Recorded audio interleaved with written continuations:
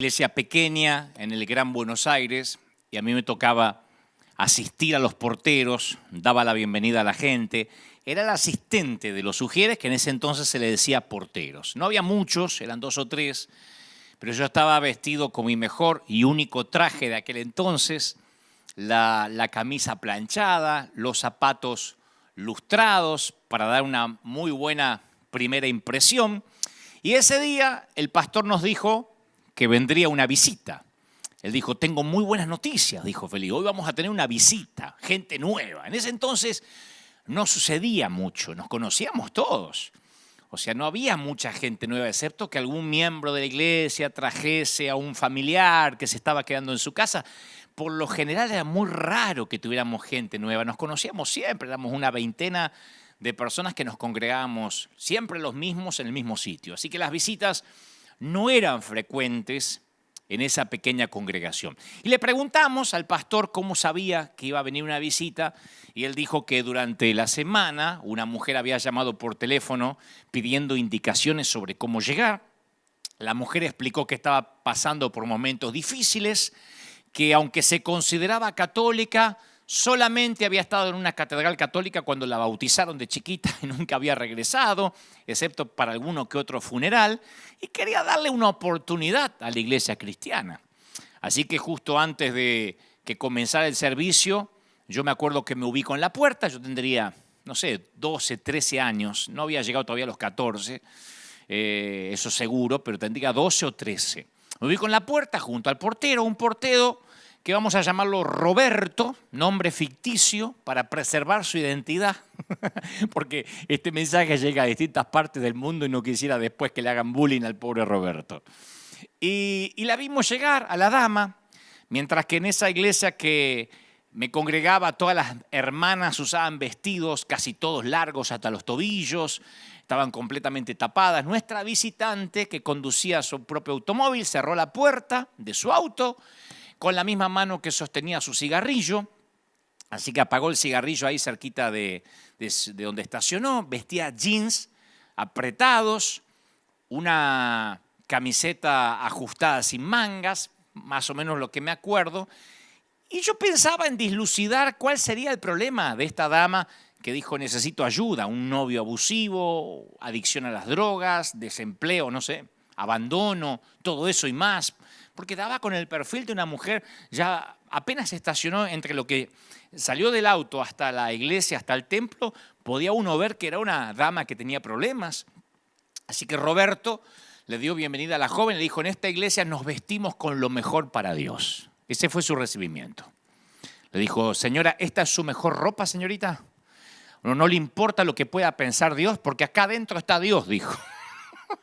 Esa ropa tienta a los varones de esta iglesia. Así, todo pasó en cámara lenta. Yo he contado esto en varias ocasiones porque forma parte de mis traumas juveniles.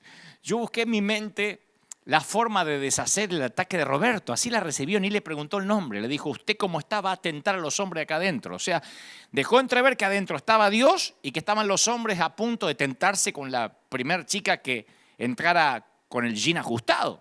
La mujer quedó paralizada. Yo pensé en sonreír, decir en voz alta, que no te intimide el viejo Roberto, está un poco loco. O pensé en reírme en las carcajadas, decir, es una cámara oculta, sonría y tome asiento. Aunque mi parte más oscura quería salir corriendo, pero no hice nada de todo eso. Me acuerdo que permanecí ahí congelado de rabia, de coraje, sin saber qué hacer. La mujer se pegó media vuelta, caminó hacia su viejo auto y se fue. Y no la volvimos a ver. Roberto dijo, hija del diablo, ya va a necesitar de Dios.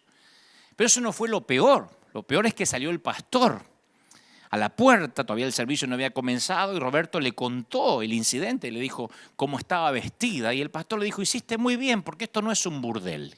La gente tiene que aprender a vestirse si quiere entrar para adorar a Dios. Y en ese momento algo sucedió dentro de mi corazón. Ante Dios, yo hice varias promesas que me propuse cumplir durante el resto de mi vida. Primero me comprometí a resistirme a juzgar a alguien que no conoce al Señor. Yo me comprometí, me voy a resistir a juzgar a alguien sea como sea. Prometí jamás, segundo, expulsar a nadie de la iglesia, si eso respecta a mí, ya sea que sea un portero, un ujier o en este caso el pastor, por su aspecto físico o por su vestimenta. Pero fundamentalmente le prometí a Dios no convertirme en alguien como Roberto o lo que es peor, como el pastor de Roberto y en ese entonces el mío. Aunque suene raro, lo que sentí era algo así como el dolor y la pena de Dios. Porque era un dolor más grande de lo que cabía en mí. Le pedí a Dios que usara esta experiencia para que mi corazón siempre sintiera compasión por quienes no conocen a Cristo, por la gente rota, que le da título a este mensaje. Y eso lo saben los servidores de River. Los servidores de River, los servidores de esta iglesia saben que soy, por lo general, alguien amable, cordial, pero si algún día quieren verme enojado o sacado de las casillas, tengo que presenciar que maltratan a alguien en la puerta por su vestimenta, por su manera de ser, porque no coincide su peinado con lo que sería una iglesia, porque la Biblia narra en más de una ocasión que el Señor justamente se codeaba, hablaba con todo ese tipo de gente rota. Eso es la iglesia. La Biblia de hecho narra que había dos personas muy diferentes en la misma fiesta. La historia es súper predicada en todas partes del mundo. Dos personas totalmente, diametralmente opuestas en la misma fiesta, en la misma celebración. A él quieren seguirlo, a ella la degradan. Él es el líder de la iglesia, ella es una mujer de la calle. Él se gana la vida promoviendo valores morales, ella se gana la vida rompiéndolos. Cualquier ciudadano elegiría a Simón el fariseo porque tiene clase, porque tiene teología. Pero Jesús va a elegir a la mujer. Simón va a pensar, ¿quién dejó entrar a esta mujerzuela a este lugar? De la misma manera que Roberto miró con desdén a aquella dama que yo no sé si tuvo otra oportunidad de acercarse a una iglesia cristiana. Yo no creo que si estoy necesitado de Dios, al llegar a una iglesia me dicen que mi vestimenta no le va a agradar a Dios o que va a tentar al sexo opuesto, yo tendría muchas dudas en volver o en regresar. Y la palabra dice que Simón piensa algo similar. No sabe si echarla a ella o al sirviente que la dejó entrar. Y en Lucas 7:36 está el episodio donde dice, un fariseo invitó a Jesús a comer con él. Jesús entró en la casa y se sentó a la mesa. Entonces, una mujer pecadora que vivía en la ciudad, al enterarse que Jesús estaba comiendo en casa del fariseo, se presentó con un frasco de perfume. Y colocándose detrás de él, se puso a llorar a sus pies y comenzó, con las lágrimas obviamente, a bañarlos con sus lágrimas. Lo secaba con sus cabellos, lo cubría de besos y los ungía con perfume. A mí me parece algo extraordinario.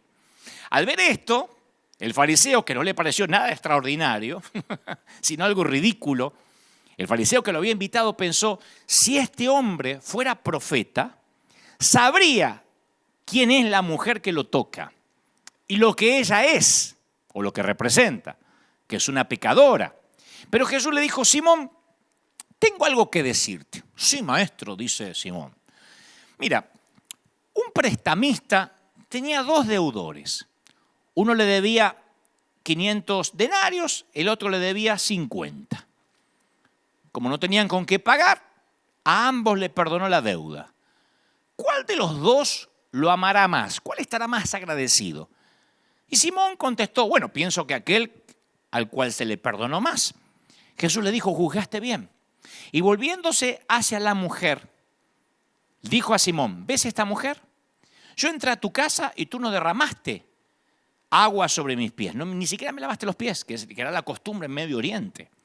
En cambio, ella los bañó con sus lágrimas y los secó con sus cabellos. Tú no me besaste. Ella, en cambio, desde que entré, no cesó de besar mis pies, no mis mejillas, mis pies. Tú no ungiste mi cabeza. Ella derramó perfume sobre mis pies. Por eso te digo que sus numerosos pecados le han sido perdonados porque ha demostrado mucho amor. Aquel que se le perdona poco, demuestra poco amor. Ella hizo todo lo que Simón no hizo. No le abrió la puerta, no le colgó el abrigo, no le estrechó la mano. Ella no tiene agua, pero se las arregla porque tiene lágrimas de tan rota que está.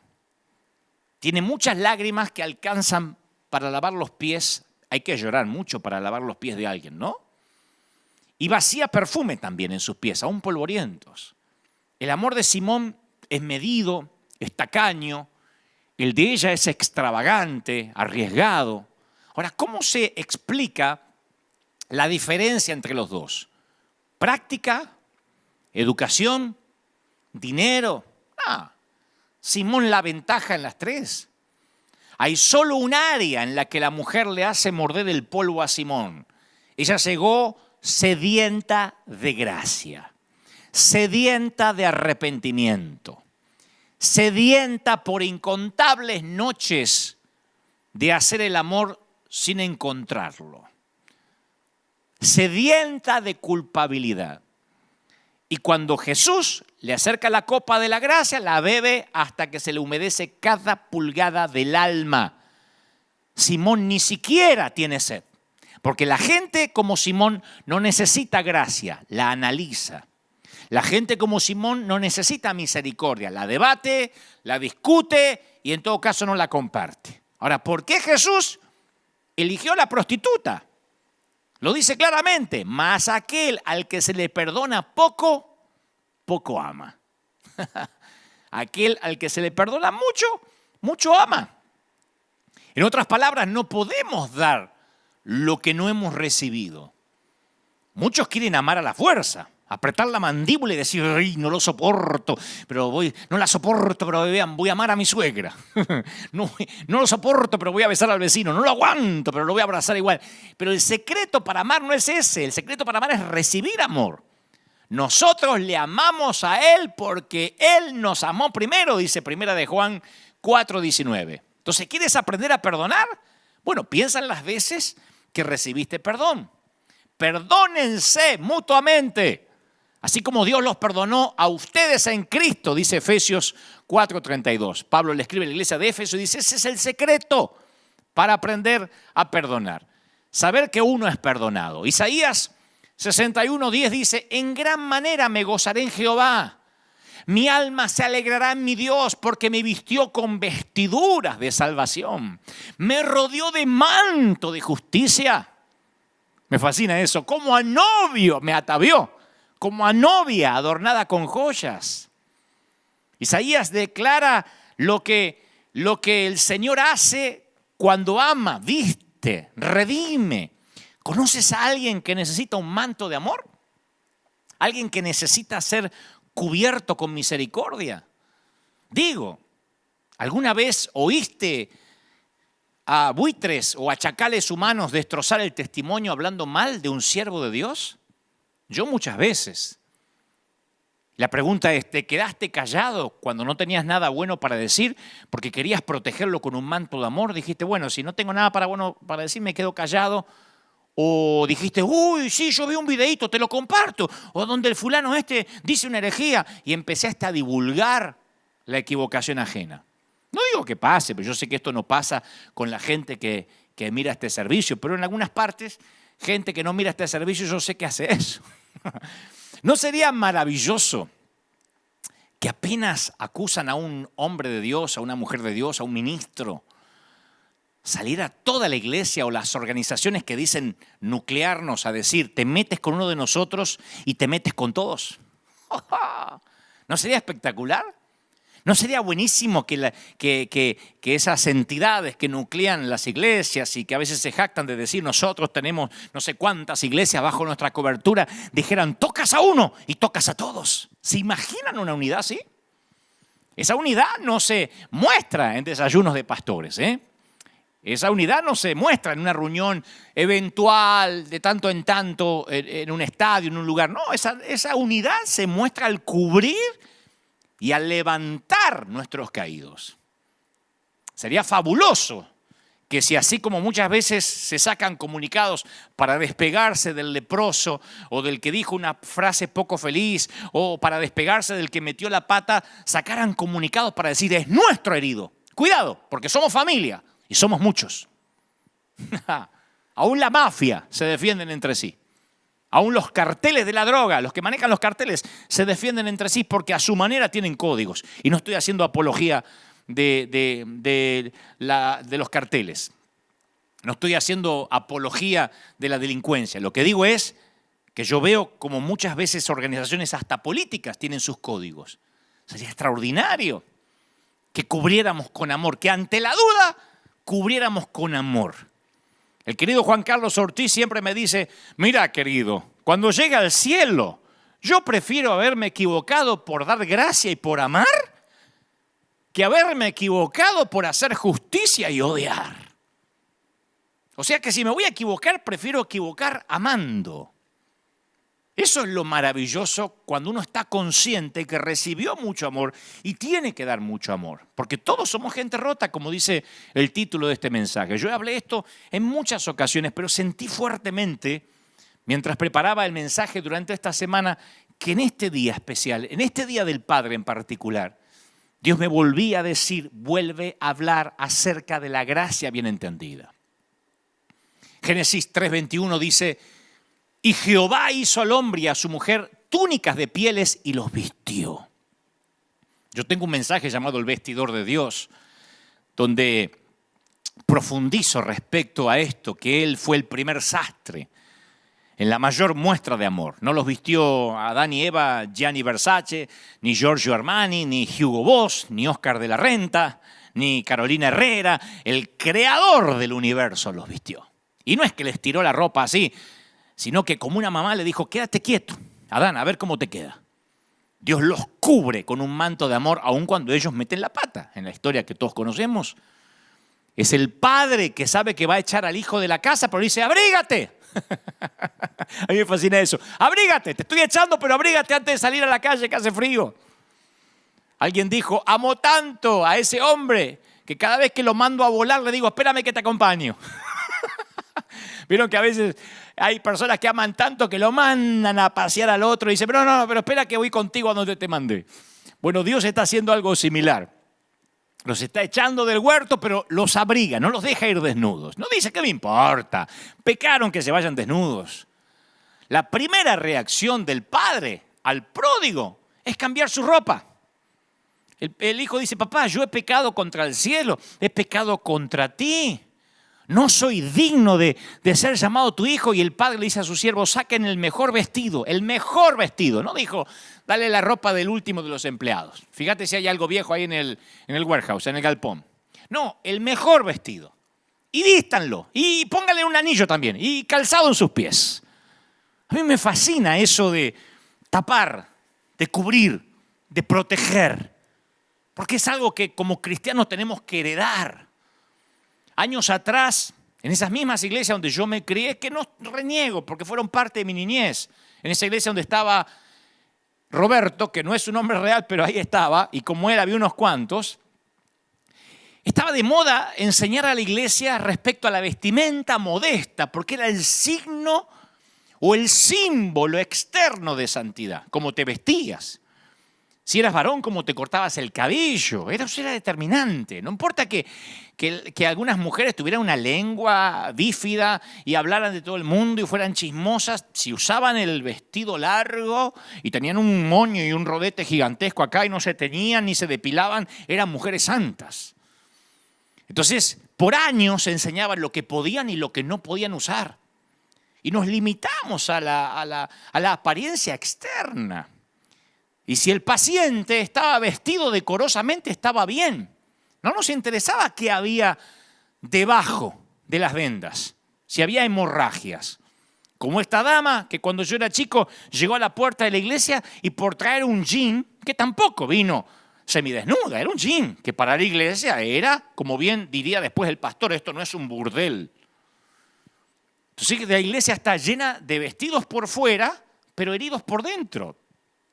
Y necesitamos curar la causa del dolor. Un síntoma es un anuncio al cuerpo que algo anda mal.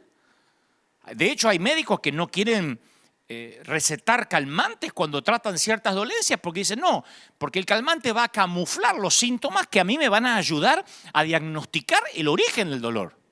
Si le doy un calmante, se va a anestesiar y yo no voy a saber qué es lo que le está pasando. Entonces a veces ni siquiera calmantes dan hasta no dar con el diagnóstico.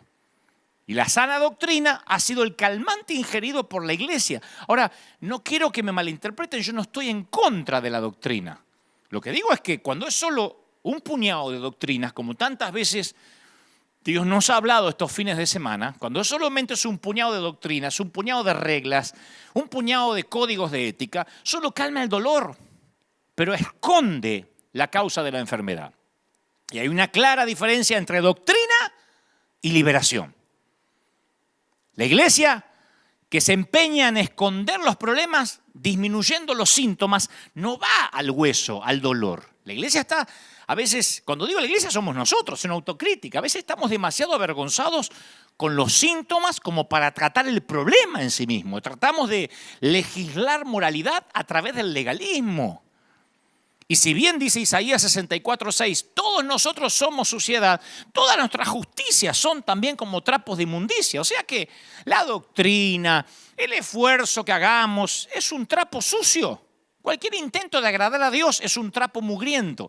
Ahora, no estoy diciendo, vístete como quiere, vive como quiere. Lo que te digo es, ¿de qué sirve cambiar el exterior cuando adentro estamos pútridos? ¿De qué sirve cambiarnos la ropa cuando no nos damos un buen baño y nos higienizamos como debemos? O no nos higienizamos como debemos. Lo que pasa es que la mayoría de nosotros, y me incluyo, nos sentimos cómodos con los pecados ajenos. Nos olvidamos de hombres como David, pero nos juntamos inmediatamente como buitres para liquidar a los que caen. ¿Por qué tenemos una doble moral? No importa tanto el pecado, como dije hace unos meses atrás, si no importa quién pecó. Si es un ajeno, lo liquidamos, a menos que sea nuestro hijo, nuestro padre, a menos que sea alguien cercano a nosotros. Como dije una vez, por años la iglesia se opuso al divorcio hasta que se divorcia el hijo del pastor, la hija del pastor o el propio pastor. Entonces ahí empiezan a cambiar la cosa. Bueno, no es tan así, los tiempos cambiaron.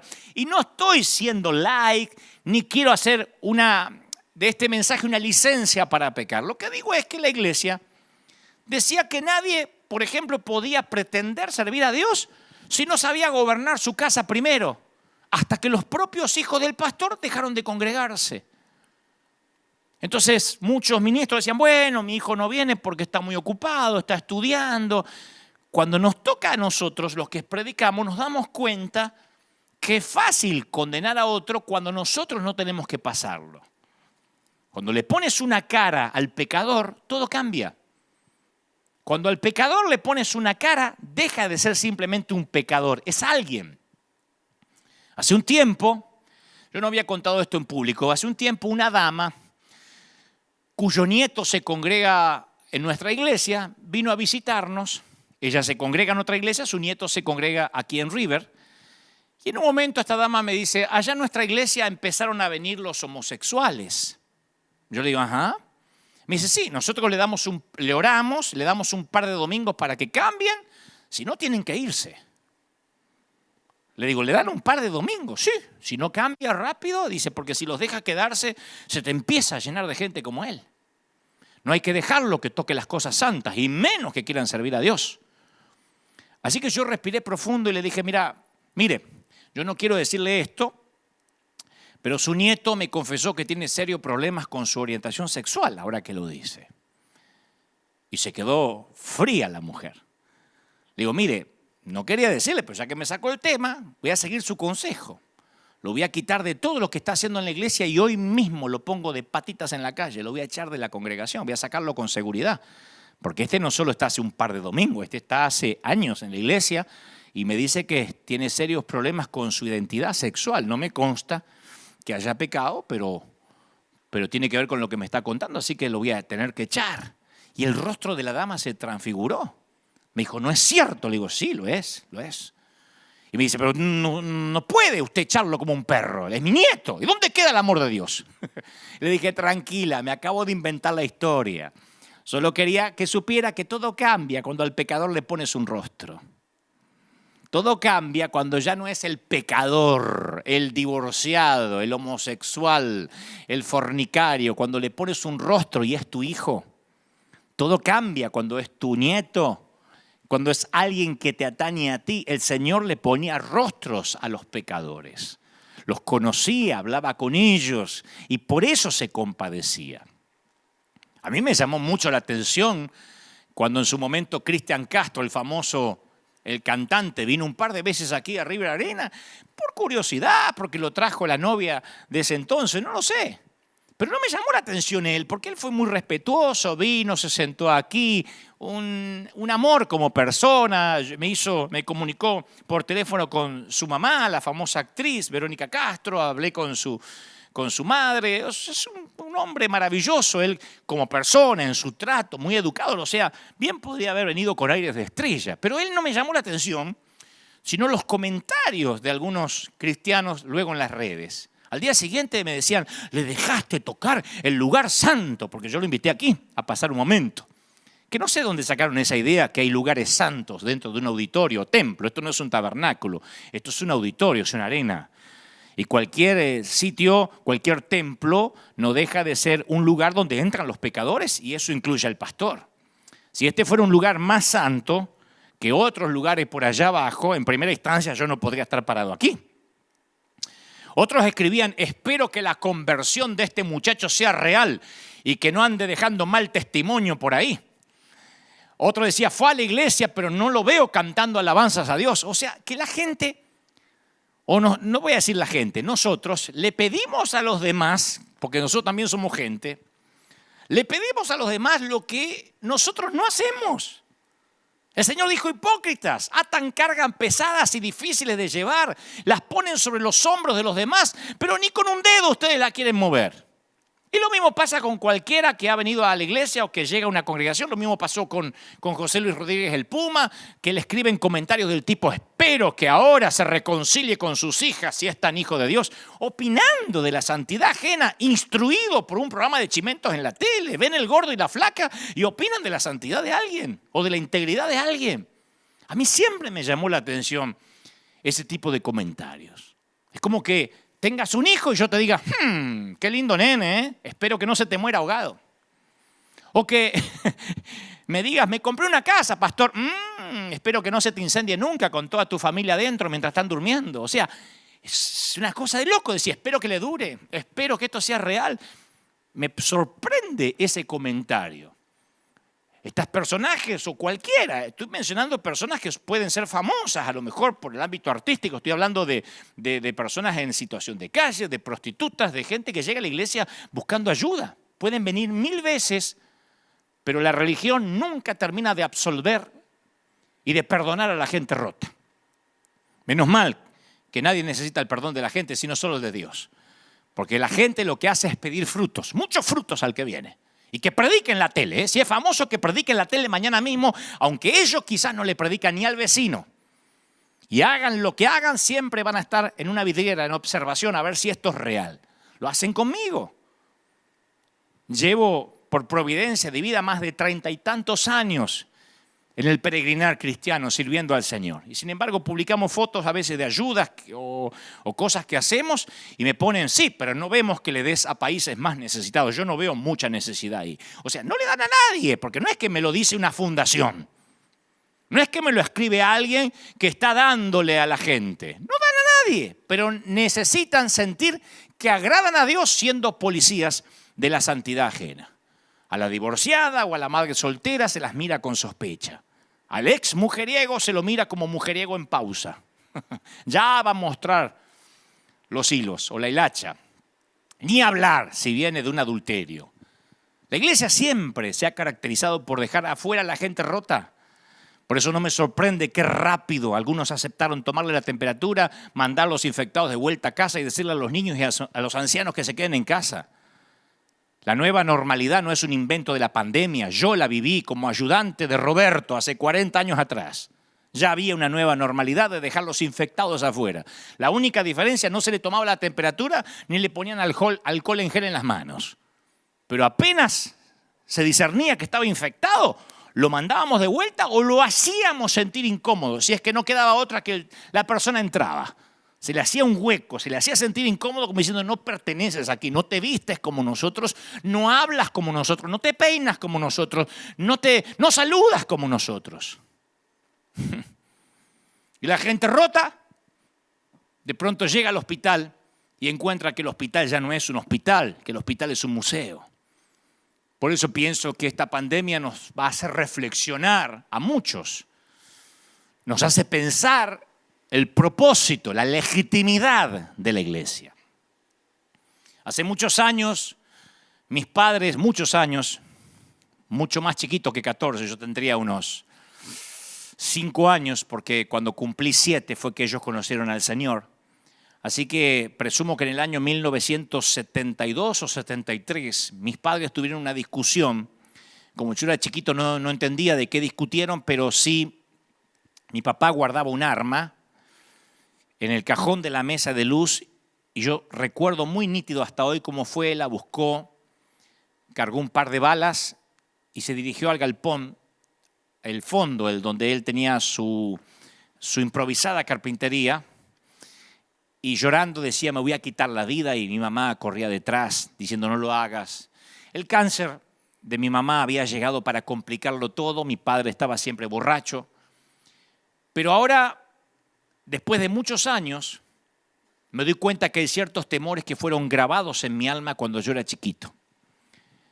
Que las viejas heridas tienen una memoria muy buena, pero unas destrezas interpretativas abismalmente pobres.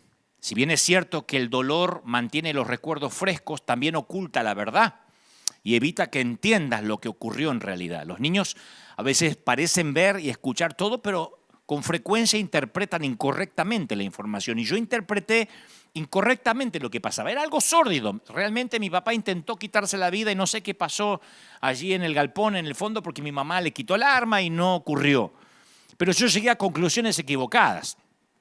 Como muchos que ahora me están viendo en cualquier parte del mundo y que, por ejemplo, dice, es que el matrimonio de mis padres llegó a su fin porque yo tuve algo que ver ahí. Inevitablemente personalizamos lo que ocurrió. ¿Se habría quedado papá en casa si yo hubiese ordenado mi cuarto? Hay niños que piensan eso. ¿Será que mamá nos abandonó porque yo no la ayudaba a juntar los platos de la mesa? ¿Qué hubiera podido hacer? ¿Qué hice? Tiene que haber sido mi culpa. Y eso es lo que yo pensé cuando tenía 4 o 5 años.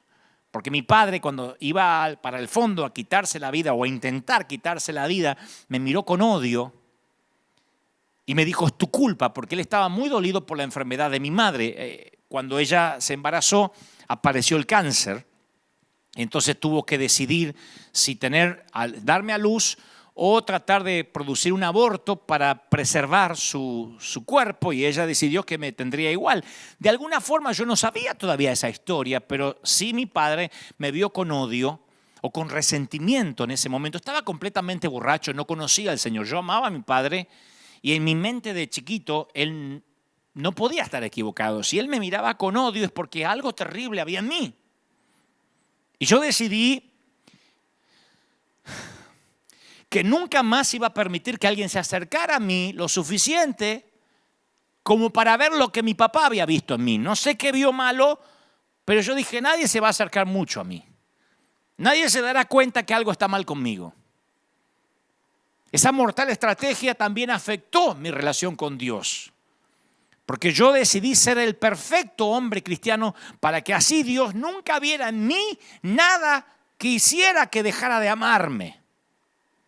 Yo no hubiese podido soportar una mirada de Dios como la mirada de mi papá en aquel entonces, que insisto, estaba borracho, yo era un chiquitito, interpreté mal, después él se entregó al Señor, todo cambió.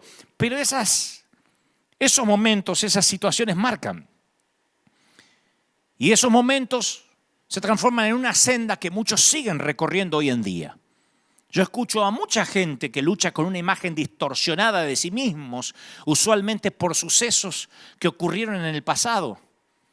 No, es que mi mamá me dijo que yo era tóxica y ella tenía razón, porque yo daño todo lo que toco. Soy una mujer dañada. Y a quien toco, yo me relaciono de manera enferma con esa persona, de manera obsesiva, y tengo relaciones disfuncionales y todo lo que toco lo arruino. Por eso es que me intento alejar, dicen algunas damas, arrastrando quién sabe qué del pasado. Otras dicen, mi esposo es un abusador, pero bueno, yo me lo merezco, yo me merezco ese tipo de hombre. O mi esposa me maltrata, pero yo me merezco ese tipo de mujeres. Otras mujeres dicen, cuando me miro en el espejo, todo lo que veo es una mujer gorda, llena de estrías, de arrugas, que no merece que la quieran.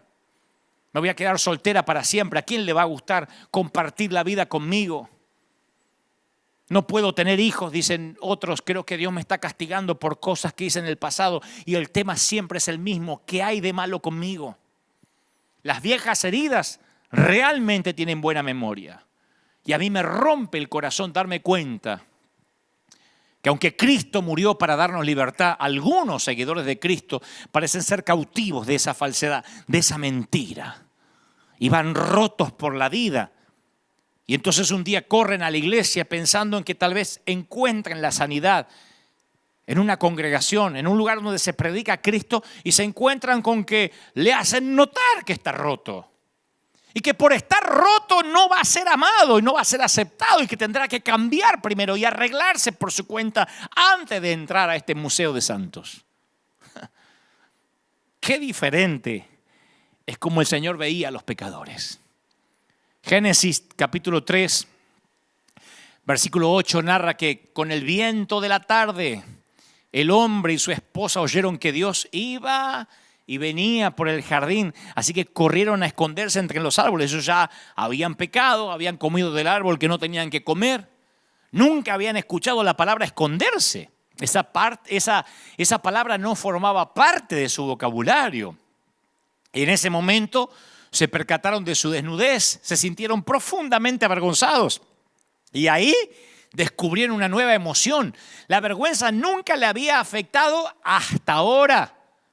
La diferencia entre la culpa y la vergüenza es clara.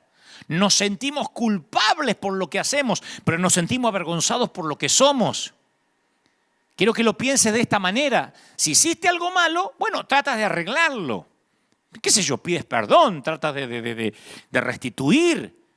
Pero si en lo profundo de tu alma crees que eres algo malo, como yo pensé durante mucho tiempo que algo mal estaba conmigo, ¿qué vas a hacer con eso? ¿Conoces esa sensación de tener vergüenza de acercarte a Dios? Yo la conocí casi toda la primera parte de mi juventud.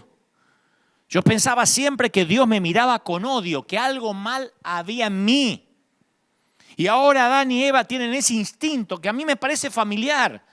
Porque ellos no corrieron hacia Dios o se tiraron a sus pies y le explicaron lo que había ocurrido.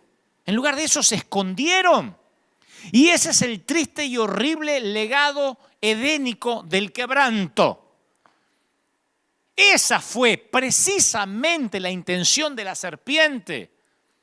Romper la relación especial, la camaradería que existía entre Dios y su creación y sus hijos. Una de las cosas que más le he repetido en esta década a nuestra gente aquí en la iglesia es: mientras más grande sea el lío, más rápido vengan a la iglesia. Una vez, hace relativamente poco, fui a una boda y me encontré con un muchacho que se congregaba aquí, que tuvo un serio problema matrimonial, se divorció y un día desapareció. Y ahí estaba en la boda, porque resulta que vino para estar con quien se casaba. Y cuando me vio, se quedó petrificado. Me acerqué y le digo: te pido un favor, no dejes de venir. No importa lo que hayas hecho. Pero yo estoy al timón de un hospital de gente rota. Lo que menos quiero es tener gente sana. No me interesa llenar la iglesia de matrimonios perfectos. Lo que me interesa es predicarle a matrimonios en crisis, o a los que rompieron el matrimonio, a los divorciados, los demás que creen que son sanos. No me interesa. El Señor dijo: yo no vine para los sanos, vine para los enfermos. Por eso a mí no me cuaja esta nueva normalidad de los gobiernos de decirle a la iglesia quién entra y quién no entra a la iglesia. Porque ojalá dijeran que entren los enfermos y que los sanos se queden afuera. Eso yo lo hubiese aceptado, de verdad. Si hubiesen dicho: los que están sanos que se queden afuera y los enfermos bajo su responsabilidad, que entren todos. Eso hubiese querido que ocurra, aunque después alguno va a poner, y si eres tan valiente, ¿por qué no vas a un hospital? Claro que fuimos a orar por gente enferma con el COVID-19 y no nos pasó nada. Porque mayor es el que está en nosotros, mayor es nuestro llamamiento. Y si tengo que perecer, que perezca, dijo Esther cuando fue a ver al rey. Si se trata de un llamado que es más importante que la vida, lo diré tantas veces hasta que quede claro. Pero trágicamente, la confianza que se rompió en el Edén dificultó muchísimo que corramos a Dios cuando metamos la pata. Cuando metemos la pata y menos que corramos a la iglesia. Cuando sientes que has caído, que has fallado a Dios de alguna manera, ¿cómo uno responde? ¿Cómo respondes? La mayoría de nosotros quiere esconderse. ¿Qué decimos? No voy más a la iglesia con la que me mandé. No, yo no tengo cara para ir a adorar a Dios. Fíjense el subconsciente colectivo cómo nos dice que hay que tener cara de santo para adorar a Dios. Ahora los pecadores no pueden adorar a Dios, tienen que adorar a los santos. Para mí entonces que no adora a nadie. Fíjense cómo el subconsciente colectivo nos engaña, que decimos, no, cuando yo me sienta mejor voy a ir a la iglesia. Yo ahora tengo una vida que la verdad, si voy a la iglesia Dios me fulmina, ¿no? Te fulmina a lo mejor el religioso, el fariseo, pero Dios no.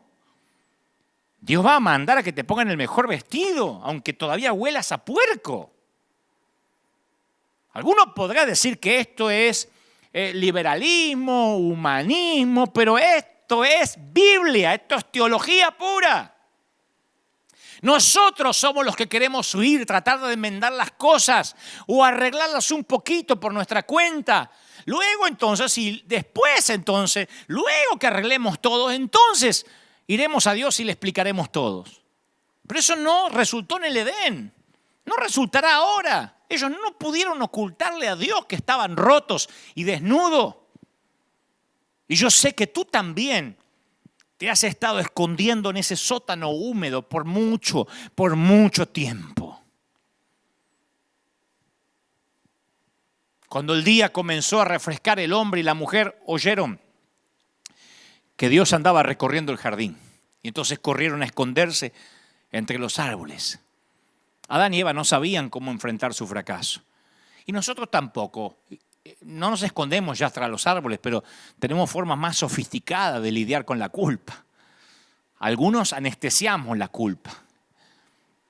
Con una botella de tequila, con una hora de pornografía en internet. Y la culpa desaparece mientras que dura el happy hour, pero después aparece cuando regresamos a casa. Otros niegan la culpa.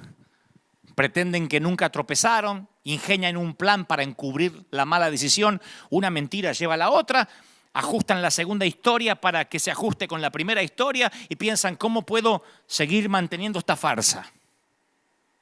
Tercero, son los que minimizan la culpa. Bueno, no nos equivocamos, nos extraviamos un poco, nos dejamos llevar por un momento, nos desviamos un poquito. Cuarto, enterramos la culpa.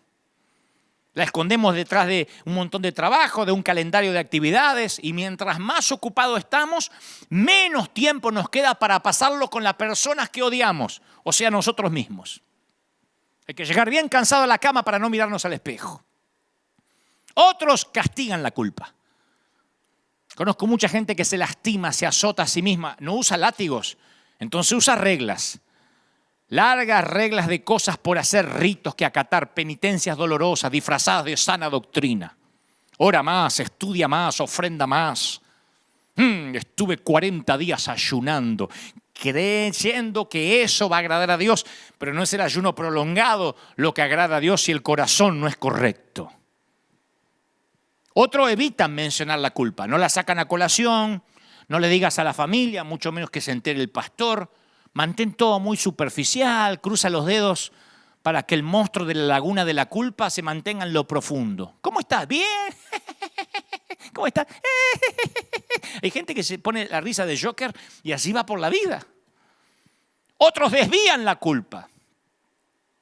Atacan a sus hijos, tienen explosiones de carácter, se desquitan con el cónyuge, le gritan a los empleados o al otro conductor. Otros neutralizan la culpa, deciden que nunca van a cometer un error, nunca más. Crean la foto de la familia perfecta y son cristianos perfectos, sacan muchas selfies y viven para las redes. Se mantienen al control porque todos los días suben fotos amorosos en las redes, parecen los Ingalls. Y compensan su error no tolerando los deslices ni las metidas de pata ajenas. Son los que dicen, yo cuido el testimonio. O sea, ellos creen que el testimonio es lo que se ve, no lo que son. Capaz que son parejas que se llevan como perro y gato, pero se sacan una foto para dar un testimonio que no existe, que es un falso testimonio. Como verán, los arbustos varían, pero siempre están allí los árboles donde la gente se esconde para que la iglesia no se entere que están rotos. Miren qué locura. Es como entrar a un hospital y decir que no se enteren que estoy enfermo, que no se enteren que estoy enfermo. ¿Y para qué vas al hospital? Adán y Eva se escondieron detrás de las hojas de higuera, de arbustos, de mentiras. Y no ha cambiado mucho. Nunca, escucha esto, nunca has sido ni más ni menos salvo que el momento que fuiste salvo por primera vez. Aunque esto cause urticaria en la teología de alguien. Puedes creerlo o no, sé lo que te digo por experiencia con el Señor. Ninguna mala acción descuenta tu salvación. Ninguna buena acción la enriquece. Tu salvación no tiene que ver contigo, sino con la cruz. No te ahogues en la cloaca de tu propia condenación. Amamos nuestros escondites para que no sepan cómo somos. Algunos se esconden en la comida, porque es lo único que pueden tener algún tipo de control. Otros se esconden en las cosas. Un par de zapatos más, un bolso más, un vestido de diseño más. Y me voy a sentir mejor. Pero nunca nos sentimos satisfechos. Siempre vamos a necesitar una cosa más. Otros se esconden en las relaciones. Tal vez eres de esas personas que pasan de una relación a otra y siempre encuentras defectos en la otra persona. Dicen, no puedo encontrar al hombre o la mujer ideal. Porque no te hacen sentir de la manera que quieres sentirte. Como no te hacen sentir como quisieras sentirte, el problema está contigo, donde quiera que vaya, no en el otro. Otros se esconden en el ministerio y en el servir a Dios. Ese fue el escondite que yo escogí por años. Porque después de la mirada de mi papá y después de estar en una iglesia donde había personas como Roberto, que decían, hija del diablo, mientras que la mujer se fue porque tenía jeans, y donde su pastor la felicitó porque le dijo, bien que no la dejaste entrar porque esto no es un burdel. Cuando te crías en una iglesia así, cuando creces, te esconde tras el arbusto de servir a Dios. Y por años, aun cuando yo inicié, aun cuando empecé a predicar por providencia divina en estadios, yo estaba ahí para todo el mundo, pero nadie podía ver mi yo real. Yo no era como ahora, yo no predicaba lo que ahora. Si algunos dicen cambiaste, sí, yo no era auténtico. Yo sentía que si te ayudaba, si oraba por ti y compartía el amor de Dios contigo, entonces me iba a sentir bien. Y nunca te iba a permitir que te acerques demasiado en caso de que pudieras ver lo que en realidad mi padre había visto cuando yo tenía 5 años o 4 años. Hay un montón de gente que se esconde tras el ministerio y reemplaza el amar a Dios por el servir a Dios. Tal vez hayas escogido un lugar diferente, un sótano diferente. Quizás tus escondites son tan oscuros y tenebrosos que ni siquiera puedes identificarlos, pero sientes a través del Espíritu Santo que te estás escondiendo ahora mismo. Poco después que Adán pecó, Dios lo llamó y le preguntó, ¿dónde estás tú? Génesis 3:9. ¿Dónde estás tú? ¿Dónde estás? ¿Dónde te metiste? Y la Biblia no nos da la inflexión en la voz del Señor cuando llamó a Adán. Yo no creo que sonó algo como, ¿dónde demonios te metiste? No, yo pienso que sonó hasta triste. ¿Dónde estás, Adán?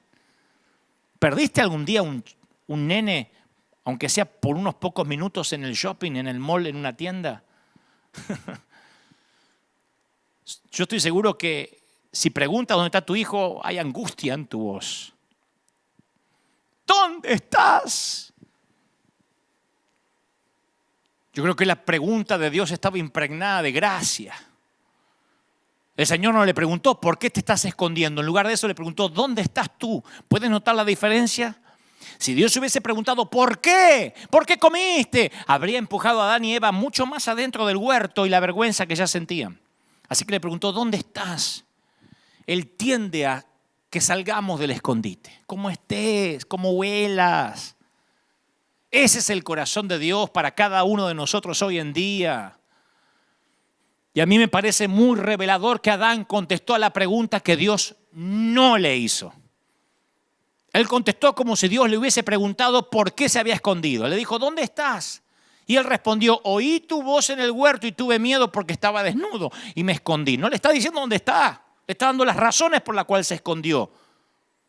La vergüenza y el quebranto puede tener una voz más convincente que la de Dios mismo. Yo sé que esto es cierto en mi propia vida, muchas veces, con mucha frecuencia, Dios me pregunta, ¿dónde, Dante? ¿Dónde? Y yo le respondo, ¿por qué? Tenemos que entrenar nuestros corazones para que escuchen el amor de Dios por encima de la vergüenza. Hay un montón de gente viéndome en sus hogares ahora, en distintas partes del mundo, que tienen que oír a Dios diciendo, te amo, así como estás. Luego vas a cambiar y por amor, no por doctrina. Adán y Eva no pudieron disimular su vano intento de esconderse. El quebranto era evidente en su rostro. Yo he estado en un montón de congresos, esos apostólicos, proféticos, pero yo fui a muchos a predicar durante muchos años. Acuérdense que por providencia divina yo empecé a predicar a los 19 años. Así que llevo años en los negocios del reino, en los benditos negocios del reino. Así que yo he conocido a muchos predicadores, algunos que parecía que aparentaban todo el tiempo. Conocí muchos de esos oradores que todo el tiempo hablan en pose, o sea, termina el servicio, nos vamos todos a almorzar y dice, aleluya, gloria al Señor, ¿qué hay para comer? Taco, gloria, aleluya. O sea, nunca le dejan de bajar mail del cielo mientras están comiendo carne. Yo digo, ¿cómo hace? Yo los vi, algunos no, algunos se relajaban, pero otros, aleluya, hasta la forma de caminar. Yo digo, ¿cómo irán a orinar si también mientras que orinan seguirán recibiendo revelaciones? Parece que tienen el WhatsApp de Dios. Pero muchos de ellos, al conocerlos más, al hacerme algunos amigos de ellos, me di cuenta que eran niños inseguros. Niños inseguros en cuerpos de adulto escondidos tras un traje caro de diseño de apóstol. Niños inseguros escondidos tras un traje. Preocupados, no todos, algunos de esos inseguros, preocupados si se los mencionaba o no, preocupados en mostrar que son tan públicos que necesitan seguridad privada porque alguien los quiere secuestrar, qué sé yo. Pero esas simples hojas de higuera no ocultan el dolor. Y menos sirven para ocultar el quebranto. Cuando nuestro Padre amoroso vio el patético intento de Adán y Eva por cubrirse, Él dijo, eso no va a ser suficiente. La Biblia dice que Jehová hizo al hombre y a su mujer túnicas de pieles y los vistió. Los vistió, no mandó que un ángel los vista. No dijo, a estos tipos no los quiero ni ver. Agarrá que un ángel les tire un poquito de ropa y que se manden a mudar. Él los vistió. De hecho, si serían cubiertos, algo tenía que morir para que ellos sean cubiertos, porque los vistió con pieles. ¿De dónde salen esas pieles? ¿De animales? Miren qué metáfora más hermosa de Cristo, que vertería su sangre para cubrirnos a todos. ¿Dónde sacó las pieles? No las sacó de un closet.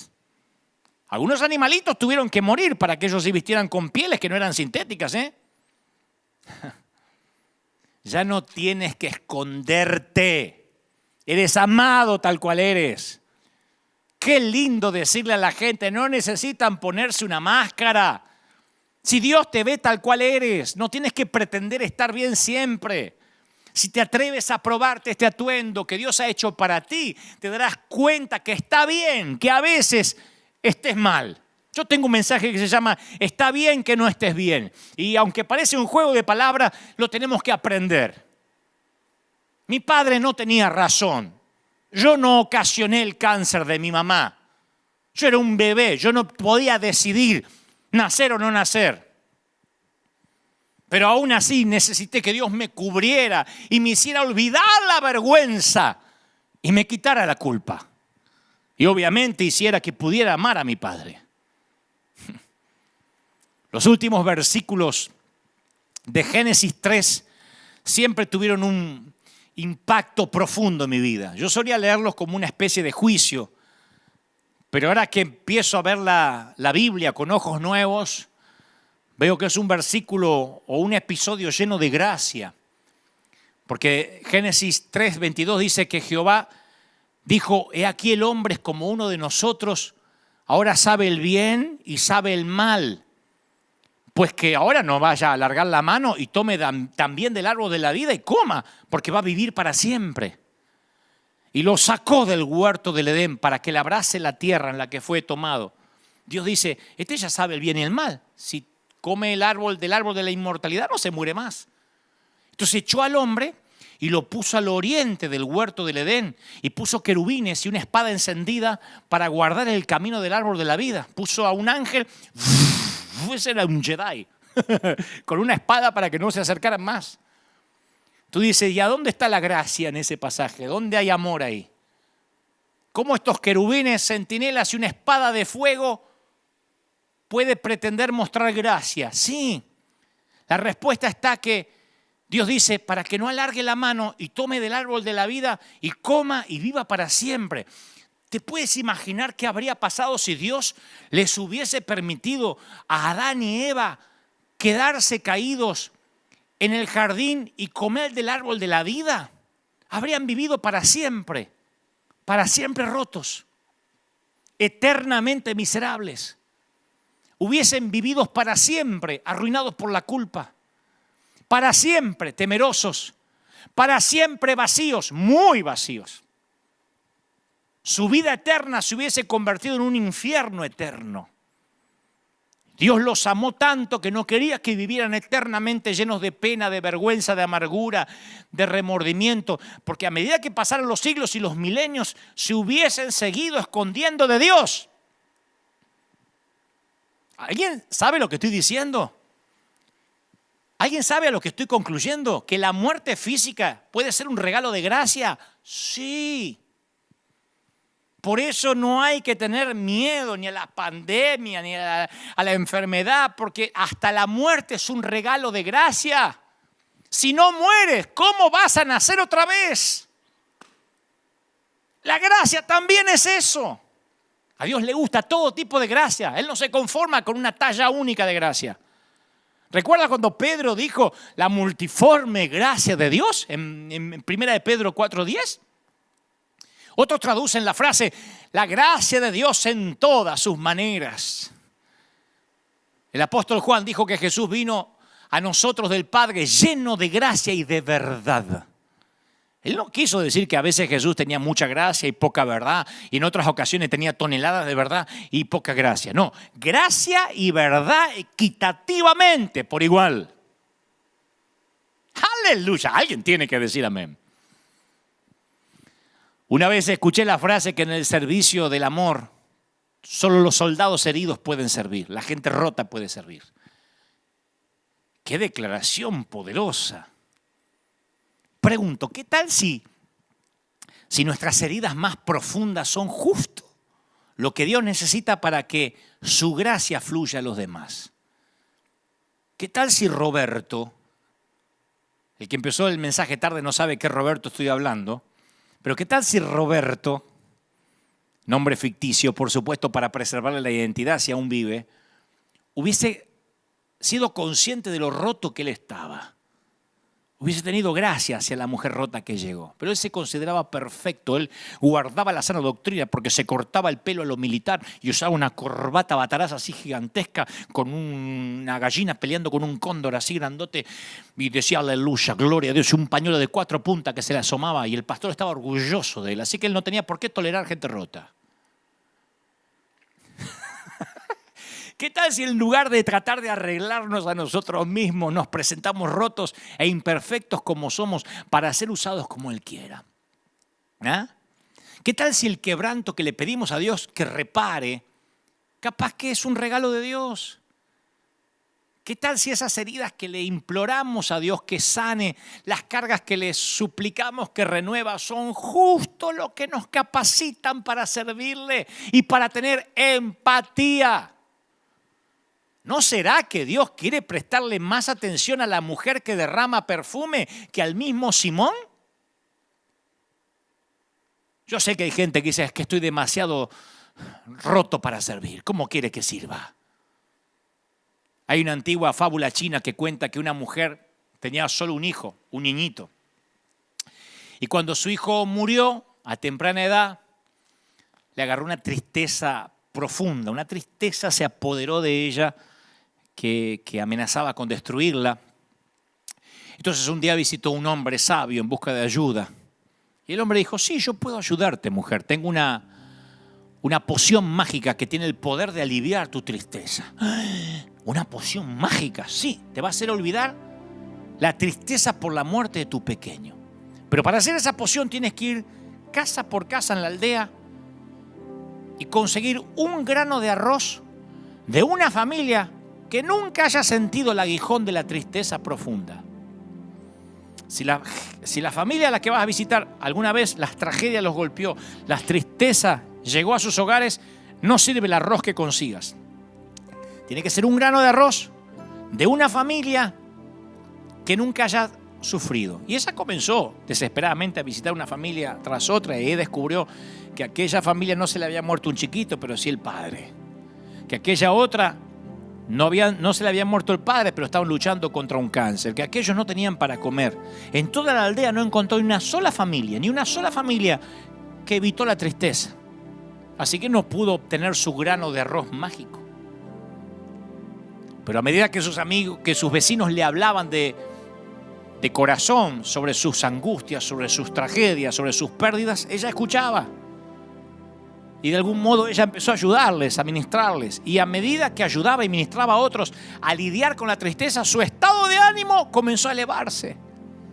Para cuando había recorrido toda la aldea, había dejado de tener lástima de sí misma, porque se había dado cuenta que todos estaban rotos en algún punto. ¿No será que eso nos falta a la iglesia? ¿No será que los templos se cerraron por un tiempo para aquellos que somos iglesia nos demos cuenta ahora que todo el mundo está roto? Que muchas veces dejamos afuera a quien no debimos haber dejado afuera. Cuando le pones rostro al pecador, ya no es un pecador, es tu hijo. Es tu padre. Me acuerdo que una vez vino a pedirme consejería a alguien que había metido la pata feo, ya por segunda o tercera vez, si no me equivoco. Y no me podía mirar a los ojos. Y no podía ni hablar, se ahogaba en llanto. Y le dije, mira, no tenés que contarme nada de tu vida. Pero si me dejás, te voy a contar un poco de la mía. Y le conté algunos momentos oscuros míos. Y le dije, ¿sabés qué descubrí? Que Dios vive muy cerca del suelo, pegadito a aquellos que estamos rotos. Y alzó la vista y me miró a la cara. No es coincidencia que Dios haya puesto nuestros conductos lacrimales en nuestros ojos, ¿eh? El dolor tiene que ser visto a veces. Y oré por él antes de que se vaya. El servir en medio de nuestro quebranto es un hermoso regalo de gracia. No todo el mundo lo entiende. Pero cuando te encuentras roto en las manos del Maestro, nunca, jamás volverás a vivir la ilusión de que estás en tu propia fuerza o entero. Y en el servicio del amor, solo los soldados heridos podemos servir. Es fascinante cuando vas con miedo a hablar con tu líder y tu líder te dice, pará, mírame, yo también pasé por lo mismo o estoy pasando por lo mismo. Hace poco, yo le comenté a un hombre de Dios alguna situación personal y cuando empecé a hablar pensé que él iba a querer chismear un poco más. ¿Y cómo? ¿Y esto? Contame. Me dijo, ey, pará. A mí me pasa igual. Le digo, ¿en serio? Sí. Así que nos abrazamos. Es maravilloso encontrar otro soldado que te cuenta que a lo mejor está pasando un momento triste y lejos de dejar de respetarlo, de mirarlo sin autoridad, dije, wow, si antes te admiraba, ahora te admiro más. Por eso dije en un momento hoy, ¿no sería maravilloso? Lo voy a decir otra vez, que las organizaciones que nos nuclean, que las denominaciones que dicen representarnos, apenas la prensa como buitres se abalanzan contra un pastor, salten y digan, ojo que es nuestro herido, independientemente si metió la pata o no. Ojo que es nuestro, se meten con uno, se meten con todos. Acá la iglesia sabe que yo soy así. Se meten con uno, se meten conmigo. No, pero no sabés lo que hizo y es de River. Te metes con él, no toques a mis hijos. Te metes con uno y te metes con todos. Y te metes conmigo. Y te metes con el Dios al que sirvo. En cambio, los que se sienten enteros están siempre del otro lado de la doctrina. Los que somos llamados a servir, llevamos nuestras heridas bien. Las cicatrices tienen una belleza especial. El llamado nunca oculta las cicatrices. Los que miran siempre finito saben que yo tengo los dedos torcidos porque se me torcieron por alguna razón. Y yo siempre oculté durante muchos años la mano porque me avergonzaba. En las conferencias de prensa metía esta mano debajo. Pero me di cuenta que las cicatrices son las historias de tu vida. Tengo otra cicatriz inmensa aquí de cuando era chiquito y le fui a sacar la comida a un tremendo perro, un Doberman negro. Ese día aprendí que a los Doberman hay que dejarlos comer solos, principalmente si tienes 5 años. Quien no tiene heridas no ha peleado ninguna batalla.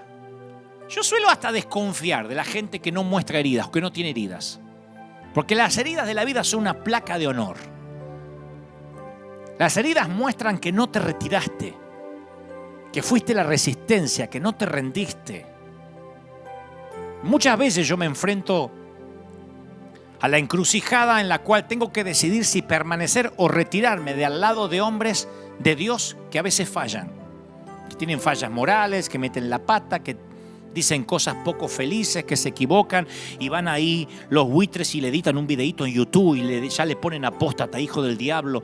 Muchas veces yo tuve que debatirme si alejarme o acercarme. La mayoría no quiere ni siquiera sacarse una foto con ellos. Porque la gente empieza a criticarte con quien te saca fotografía, ¿no? Menos mal que no había Instagram, ni había selfies en los tiempos de Jesús, si no lo hubiesen crucificado mucho antes, no hubiese permanecido 3 años de ministerio. A los 2 meses que se hubiese hecho viral una foto con la samaritana, lo hubiesen liquidado. Pero Dios me dijo, más de una vez, el líder permanece donde otros se retiran. Así que yo decidí ser amigo de los infectados.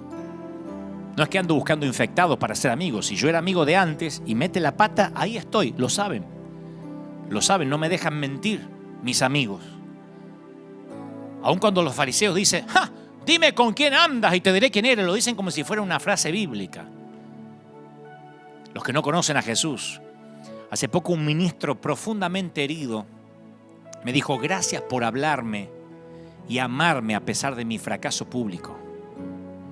Y luego agregó, ¿vos sabés que la mayoría se aleja del fuego y vos corres hacia el fuego? Me dice, ¿te gusta hacer lío, Dante? Le digo, no, me gusta ser amigo de mis amigos. Y como dijo alguna vez Max Lucado, algún día puede que yo también necesite gracia. Y me aseguraré de sembrar gracia. Porque si yo ando por ahí sembrando justicia, no querré cosechar justicia. Yo no quiero justicia para mí. No reclames justicia. Tú no sabes lo que quieres cuando reclamas justicia. Pide gracia, pide misericordia. La inteligencia por sí sola, sin que esté implicado el corazón, puede ser peligrosa. El razonamiento, la doctrina sola corre el riesgo de convertirse en gente sin corazón, los que defienden solo doctrina, en corazones de piedra. Sin el corazón no somos capaces de amar como Jesús. O sea que sin el corazón no entendemos la gracia. Sin el corazón amar se convierte en una obligación. Amar desde el punto de vista de la razón, es frustrante. El amor se convierte en una lista de tareas pendientes. Así que para amar tenemos que pensar y también sentir. Tenemos que escuchar la razón y también las emociones. Tenemos que dejar que la cabeza y el corazón trabajen juntos. No hay dicotomía. Es la única forma de incorporar ese amor perfecto a nuestras vidas imperfectas. El amor nos cambia la mente. Dejar que tu corazón tome parte de la conversación. Va a ser una revolución para tu forma de pensar. A eso se refería Pablo cuando decía: sean transformados mediante la renovación de la mente. Tú no puedes ser una persona crítica y un dador de gracia al mismo tiempo. Si vas dando lecciones por ahí de superioridad moral, seguro que a ti te juzgarán del mismo modo. Ahora, es posible que aunque hayas experimentado la gracia de Dios en algún momento, no sientas el amor de Dios en todo momento. Y ahí es cuando caemos en la costumbre de intentar ganarnos la gracia. Es como si nos encontráramos en una búsqueda para establecer nuestro valor, para establecer nuestra valía, para merecerlo. Y esa búsqueda infructuosa hace que sea imposible que podamos amar como Jesús. ¿Por qué? Porque no podemos darle gracia a los demás cuando no recibimos esa gracia para empezar.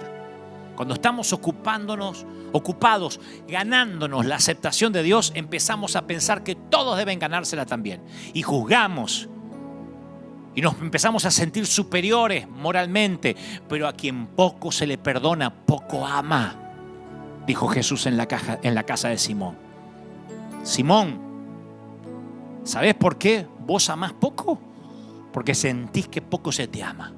Porque sentís que poco se te perdonó. Cuanto más gracia recibimos, más amor damos. Yo no soy un predicador de gracia porque eso es divertido y llena la iglesia, como me dicen algunos detractores. Yo soy un predicador de gracia porque yo soy el resultado de la gracia. Y no de alguna vez, a diario. Y si no somos conscientes de la aceptación incondicional de Dios en nuestra vida, nunca se la vamos a mostrar a los demás. Como dije,